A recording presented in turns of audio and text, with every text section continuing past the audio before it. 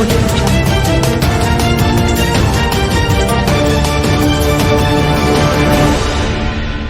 अनुग्रहित करें।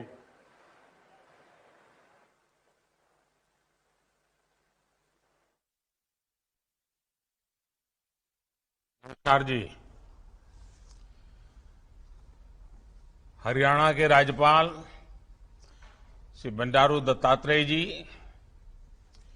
केंद्रीय मंत्रिपरिषद के मेरे सहयोगी नरेंद्र सिंह तोमर जी, हरदीप सिंह पुरी जी, रामेश्वर तेली जी,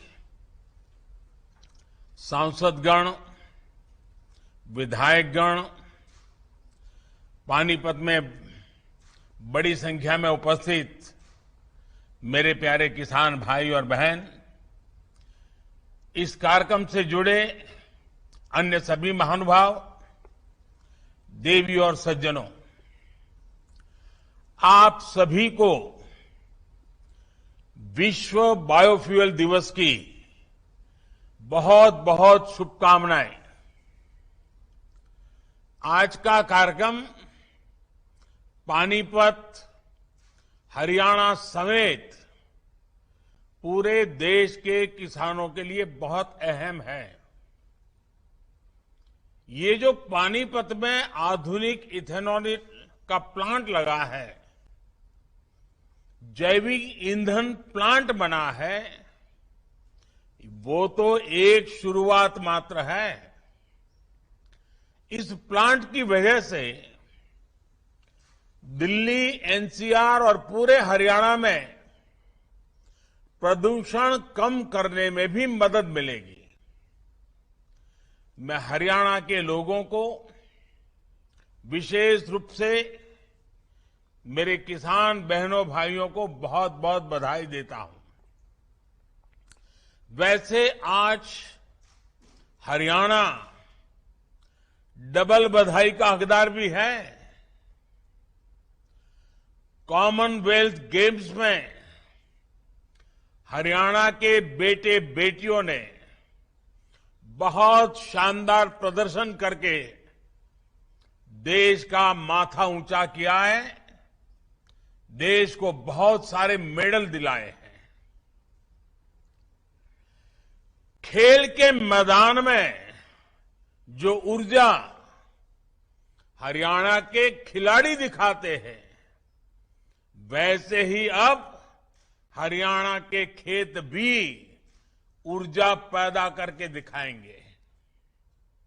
साथियों, प्रकृति की पूजा करने वाले हमारे देश में बायोफ्यूल या जैविक ईंधन प्रकृति की रक्षा का ही एक पर्याय है।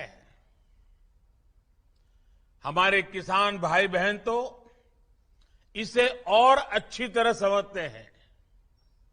हमारे लिए जैव ईंधन यानी हरियाली लाने वाला ईंधन, पर्यावरण बचाने वाला ईंधन, आप किसान भाई बहन तो सदियों से इतने जागरूक हैं कि बीज बोने से लेकर फसल उगाने और फिर उसे बाजार में पहुंचाने तक किसी भी चीज को बर्बाद नहीं होने देते। किसान अपने खेत से उगने वाली हर चीज उसका बखूबी इस्तेमाल करना जानते हैं। जिस खेत में लोगों के लिए अन्न उगता है, उसी से पशुओं के लिए चारा भी आता है। फसल कटाई के बाद खेत में जो पराली बच जाती है, उसका भी हमारे अधिकतर किसान सही उपयोग करना जानते हैं। पराली का इस्तेमाल पशुओं के चारे के लिए होता है। बहुत से गांवों में मिट्टी के बर्तन पकाने के लिए भी पराली उपयोग में लाई जाती है। लेकिन ये भी सच है कि हरियाणा जैसे क्षेत्रों में जहां धान और गेहूं की पैदावार ज्यादा होती है, वहां पराली का पूरा इस्तेमाल नहीं हो पाता था। अब यहां के किसानों को पराली के उपयोग का एक और साधन मिल रहा है, और ये साधन है आधुनिक इथेनॉल प्लांट, जैविक ईंधन प्लांट। पानीपत के जैविक ईंधन प्लांट से पराली का बिना ये जलाए भी निपटारा हो पाएगा, और इसके एक नहीं, दो नहीं, बल्कि कई सारे फायदे एक साथ होने वाले हैं। पहला फायदा तो ये होगा कि पराली जलाने से धरती मां को जो पीड़ा होती थी, जो आग में धरती मां झुलसती थी, उस पीड़ा से धरती मां को मुक्ति मिलेगी। धरती मां को भी अच्छा लगेगा कि पराली का अब सही जगह इस्तेमाल हो रहा है। दूसरा फायदा ये होगा कि पराली काटने से लेकर उसके निस्तारण के लिए जो नई व्यवस्था बन रही है, नई मशीनें आ रही हैं, ट्रांसपोर्टेशन के लिए नई सुविधा बन रही है, जो ये नए जैविक ईंधन प्लांट लग रहे हैं, इन सब से गांवों में रोजगार के नए अवसर पैदा होंगे, ग्रीन जॉब का क्षेत्र मजबूत होगा। तीसरा फायदा होगा कि जो पराली किसानों के लिए बोझ थी, परेशानी का कारण था, वही उनके लिए अतिरिक्त आय का माध्यम बनेगी। चौथा फायदा ये होगा कि प्रदूषण कम होगा, पर्यावरण की रक्षा में किसानों का योगदान और बढ़ेगा, और पांचवा लाभ ये होगा कि देश को एक वैकल्पिक ईंधन भी मिलेगा। यानी पहले जो पराली नुकसान का कारण बनती थी, उसी से ये 5 अमृत निकलेंगे। मुझे खुशी है कि देश के अलग अलग हिस्सों में ऐसे कई जैविक ईंधन प्लांट लगाने का काम किया जा रहा है। साथियों, जिन लोगों में राजनीतिक स्वार्थ के लिए शॉर्टकट अपनाकर समस्याओं को टाल देने की प्रवृत्ति होती है, वो कभी समस्याओं का स्थायी समाधान नहीं कर सकते।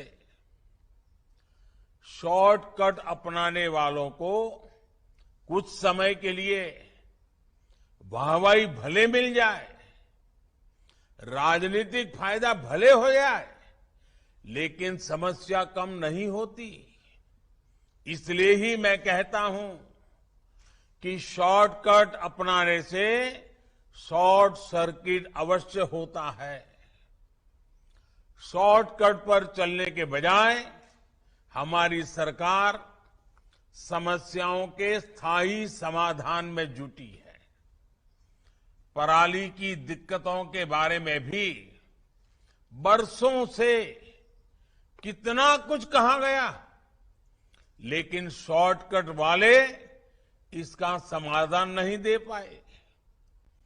हम किसानों की पराली से जुड़ी समस्याओं को समझते हैं, इसलिए उन्हें इससे छुटकारा पाने के आसान विकल्प भी दे रहे हैं। हमने जो किसान उत्पाद संघ है, एफपीओज है, उन्हें पराली के निस्तारण के लिए आर्थिक मदद दी। इससे जुड़ी आधुनिक मशीनों की खरीद के लिए 80% तक की सब्सिडी भी दी। अब पानीपत में लगा ये जैविक ईंधन प्लांट भी पराली की समस्या के स्थायी समाधान में मदद करने वाला है। इस आधुनिक प्लांट में धान और गेहूं के भूसे के साथ ही मक्के का बचा हुआ हिस्सा, गन्ने की खोई, सड़ा गला अनाज, इन सभी का इस्तेमाल इथेनॉल बनाने में किया जाएगा। यानी किसानों की बहुत बड़ी चिंता समाप्त होगी।